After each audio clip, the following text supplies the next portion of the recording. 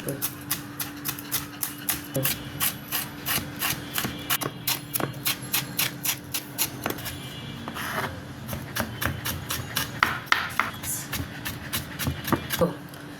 আসলে তৈরি করব এটা প্রায় 14 কেজি ওজনের কাতল মাছের তেল এবং পেটিটা।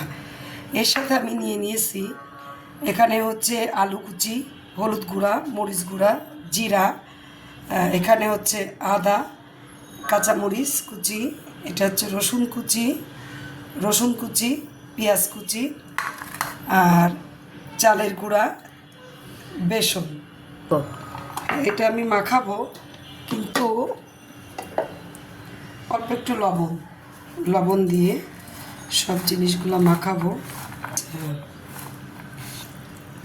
তেলটা দিয়ে দেবো, তেলটা দিয়ে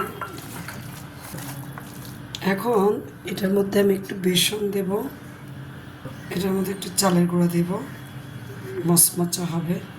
এটা বেশ আটা হয়ে গেছে। আমি একটুখানি চাট মশলা দেব, যাতে ওই নারীর গন্ধটা না আসে, বাচ্চারা খাবে, যদিও এতে গন্ধ আসার কথা না।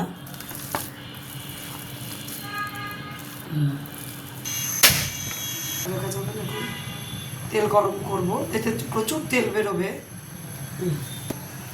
তেলটা তেতে গেছে, এই যে খুব একটা মনে হয় তাঁতনি আর